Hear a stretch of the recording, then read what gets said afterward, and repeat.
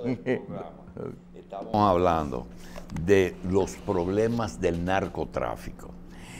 Le dije a Juan específicamente, Juan, nosotros, Machi y yo tenemos algunas vivencias, otras las tengo. Yo quiero decir, por lo menos una docena de eventos que han ocurrido en el país y fuera del país en torno a algo que a los gobiernos les preocupa por dos razones. Primero, porque son epidemias que hacen daño. Y segundo, porque es un negocio subterráneo que ellos no tienen acceso a cobrar impuestos, que es la droga hoy día. Ya han ido flojando con él, pero se han hecho hasta operaciones de tipo política, ¿verdad, Machi? El caso de los Irán Contras, y aquí también el gobierno dominicano vendió unas armas y unos aviones que se usaron. Le dieron a cambio unas inyecciones de dólares. Exacto. Para estabilizar la moneda. Pero aquí vino, no lo voy a decir en orden de cronológico, pero aquí vino un mexicano que estaba siendo buscado y acusado en Estados Unidos de narcotráfico mayor. Fue a enfriarse a Santiago de los Caballeros, pero con tanto dinero, con tanto dinero, que la sociedad lo abrumó, porque a veces las sociedades y los abogados le dan duro a los narcotraficantes, son peores que ellos mismos. Entonces fue a Santiago y ahí pasaron algunas cosas. Primero, en el periódico La Nación aparecen 3 cheques que les entregó Luis Horacio Cano del Banco de Crédito, Bancrédito. Uno al presidente del Partido Reformista, doctor Balaguer, a nombre de Balaguer.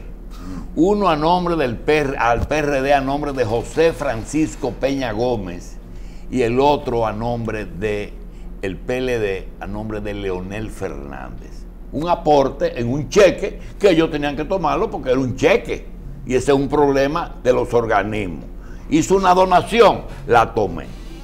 Eso es lo primero. Entonces, ahí está claro que el narco desde hace mucho ayuda a los partidos políticos. Ese mismo hombre consiguió un poder de los principales accionistas de las Águilas Cibaeñas, que tienen una estructura accionaria que no permite vender el equipo, consiguió un programa de un poder de representación, y en un momento él era el dueño de las Águilas Cibaeñas y se sentaba hasta en el dogao, pagaba $100 por un hit, 200 por un jonrón, dependiendo de... Mira, si da un hit, toma. Luis Horacio Cano, cuando él se va deportado, piden a 2 empresarios dominicanos que habían hecho inversiones con él para que atestiguen. El señor Edmond Elías y el señor Tito Hernández, que fue el que le facilitó las acciones de las Águilas. ¿Qué pasó? Que ese hombre lo piden, pero ellos son amigos de Hipólito. E Hipólito le dice: ustedes no se van, y no los entrega. Y se habla entonces con Hans Hertel para que gestione la no extradición. Los arreglos económicos, confieso que no lo conozco, pero hubo dinero en alguna dirección para conseguir eso. Ese es un caso. Otro caso, un señor que se llamaba Juan Novatón, no Lobatón. Ese señor es cubano, era muy grueso. Tenía aquí 5,000 ovejos en Baní, en una finca, y hizo su fortuna trasladando sustancias de Colombia a Florida. Lo tiraba en los mangles y de ahí los recogían Iban directamente sin pasar por ninguna parte. Resulta que ese hombre lo piden. Estaba casado con dominicana. Y él tenía una flota de barcos que hacían eso. La gente de la DEA lo llama y le dice, te vamos a pedir un favor a cambio de que dejes el tráfico. Pero tienes que usar esos barcos en transporte de personas. Y él fue el que más cubanos llevó del puerto del Mariel a Florida, cuando los marielitos fueron en barcos de él. A propósito. Los llevó, perdóname. A propósito, ¿cuál es el papel de Ñoño Pou? Que lo cogen preso en Miami y lo sueltan automáticamente. Ok, hay dos casos, el de Ñoño Pou y el de Rosado. Aquí hay una disposición que cuando hay alguna operación de drogas, confiscan todo, confiscan la casa, confiscan el carro, confiscan el avión, confiscan todo. Pero hay una cosa, Caribea de Rosado alquila aviones y resulta que no le pide un certificado médico ni de buena conducta a un piloto que tiene licencia de piloto y que quiera alquilar un avión para ir. Y una vez le confiscaron el avión porque en un avión de él apareció una droga que él no transportó, que la transportó el piloto. Ñoño Pou, que fue el acusado de matar a Orlando, también se acusó en Estados Unidos de que estaba en ese negocio. Y llegó a Estados Unidos y él entonces demostró que él le ofrecía algunos servicios al país, a Estados Unidos, aquí en el país, como perseguir comunistas. Entonces lo soltaron. Eso es lo que está diciendo Machi. Lo soltaron. Otro caso, las yeguas colombianas. Venían yeguas con droga en la barriga. Y como si fueran preñadas. Pero ¿por dónde lo abrían? Por atrás. Por el recto. El caso de Florian. El caso de Florian es un caso sin precedentes. Nosotros tratamos de entrevistar a Florian varias veces, porque Acela María Lamarche logró una entrevista muy buena en Monte Plata y nosotros queríamos una entrevista. Fui 2 veces a Najayo buscando 3 entrevistas. Una de la Ñoño Pou, una la de Florian y otra la de un sacerdote de un barrio de la capital que había sido acusado de violar a un niño. El sacerdote me dijo que no quería hablar. Ñoño Pou me dio la entrevista, por ahí anda.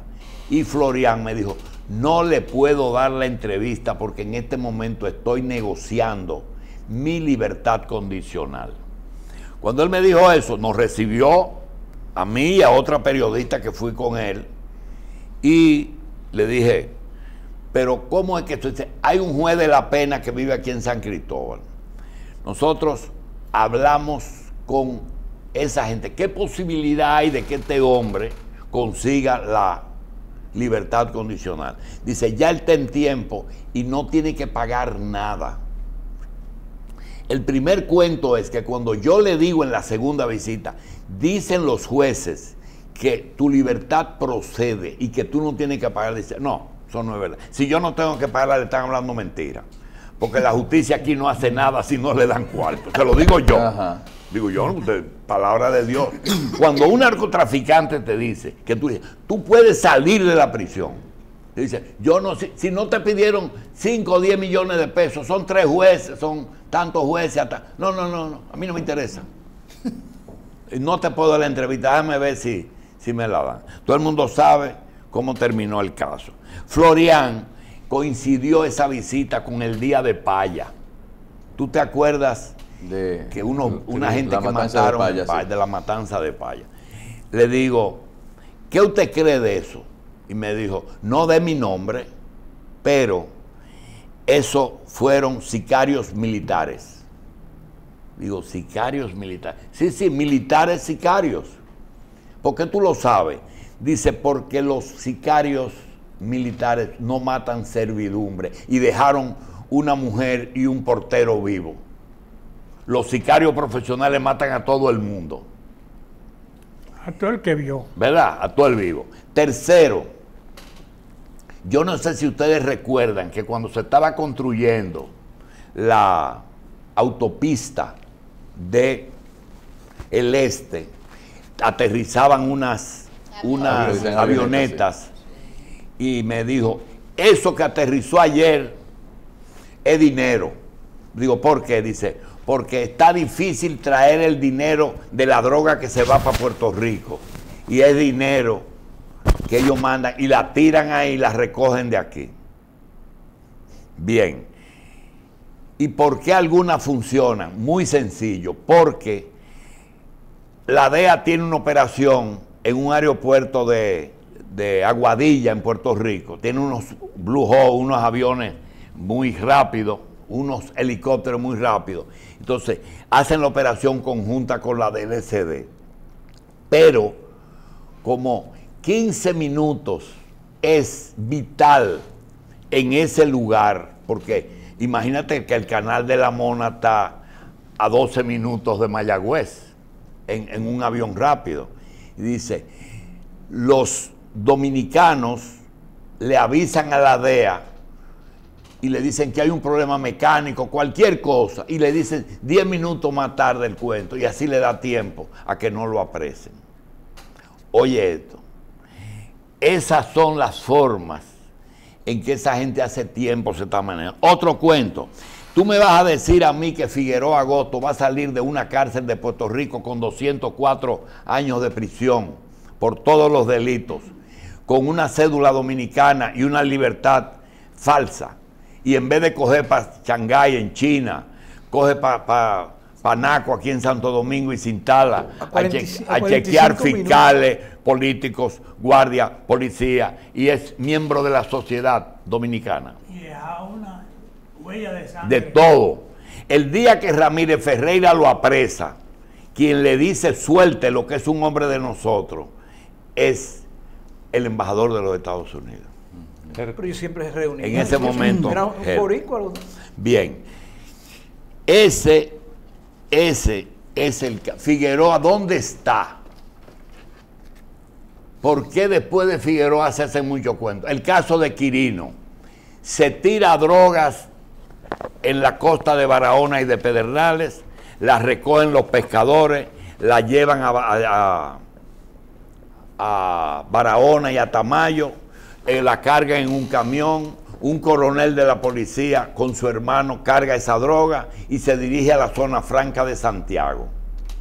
Cuando llega a la capital, encuentra a Quirino en una bomba con un teléfono llamando a un general porque hay una sospecha de que lo están siguiendo, y el general dice, ese operativo no es nuestro, ese operativo es de la DEA, no tenemos nada que ver. Tuvieron que pararlo en donde están los mueblecitos ahí en los Alcarrizos. Tuvieron que pararlo y confiscarlo. Nunca se supo a qué zona franca iba ese cargamento. Otra cosa, cuando yo pido a la prisión de Nueva York entrevistar a Quirino, recibo una nota que me dicen que quien me va a dar la entrevista es un abogado. Y el abogado es que me da la entrevista. Un señor que antes de comenzar me dice, ¿para qué usted se mete a hacer este tipo de prensa? Digo, porque usted me dice, mire, yo le voy a decir una cosa. Yo fui agente de la DEA muchos años y decidí estudiar Derecho. Yo soy un abogado que la DEA me buscó ese cliente. No más palabras magistrales. La DEA me buscó ese cliente. Desde luego, fuera de récord. Ya no, ya pasaron el hombre candidato a senador ¿verdad? Y le hizo la entrevista, él la pregunta. No, eso fue fuera. No, Otra por fuera cosa, de Arturo del Tiempo, un español que llevaba mármol y dentro del mármol el pegamento del mármol. Coronel honorífico, hace una torre, le reparte a todo el mundo. Le Rumba prestan abierta dinero. para baile. Arturo del Tiempo. Nunca nadie se preguntó que de dónde venía ni cómo hizo su Todos fortuna, los operativos importantes nunca tienen origen en República Dominicana. Siempre son gobiernos norteamericanos, gobierno de Francia o gobierno de España que lo piden. Otra cosa, el tipo de... ¿tú te acuerdas de unos hermanos mellizos norteamericanos que se vieron envueltos en el caso de Quirino? Unos hermanos... se alojaron ahí. esos señores tenían un edificio. Los buitragos, doctor. No. Un edificio. No, los buitragos no era droga, era fraude a la seguridad social. Esos señores eran unos hermanos, eran mellizos. Tenían un edificio frente a la Secretaría de las Fuerzas Armadas. Moncho Enrique lo trae aquí al programa, no se presentan. Y nos dicen que ellos están desesperados porque ellos tienen un edificio de 8 pisos que uno se lo vendió a un pelotero de una tercera base del Chicago, ¿cómo se llama el hombre? Ramírez. Dice, le vendió el penthouse a Aramis Ramírez. Y los otros dos se lo quitaron los dos secretarios generales de los dos partidos grandes de aquí. No, doctor, y... Espérate, ya terminé, pero me falta Qué cosa. el que ellos pagan, ya no pagan en dinero, ellos le pagan en drogas y los militares y autoridades se han convertido en traficantes, porque cuando le dan 100 kilos tienen que venderlo. Y la otra es RISIC. De RISIC, como ese caso está en evolución, porque están presos él y su Amigo. competidor, no puedo terminar. Les prometo que cuando eso se...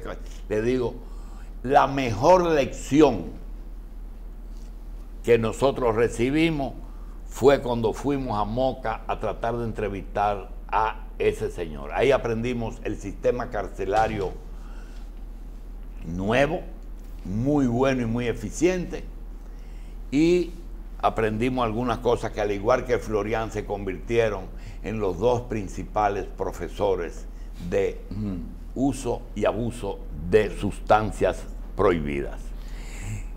Le damos las gracias.